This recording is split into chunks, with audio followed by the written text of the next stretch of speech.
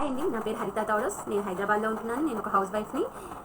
నేను after 20 years తర్వాత restart చేసే ఛాన్స్ నాకు వచ్చిందండి. ఎలాగంటే మా రిలేటివ్స్లో సౌమ్య గారు ఉన్నారండి. తను స్టేటస్లో స్కార్వీ డిజిటల్ అకాడమీ గురించి పోస్ట్ చేసేది.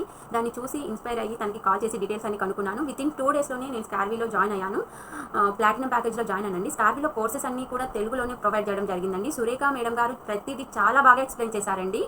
నాకు చాలా బాగా అర్థమయ్యాయి. నేను స్కార్వీలో ఇప్పటివరకు mindset mastery, affiliating marketing, freelancing విన్నానండి.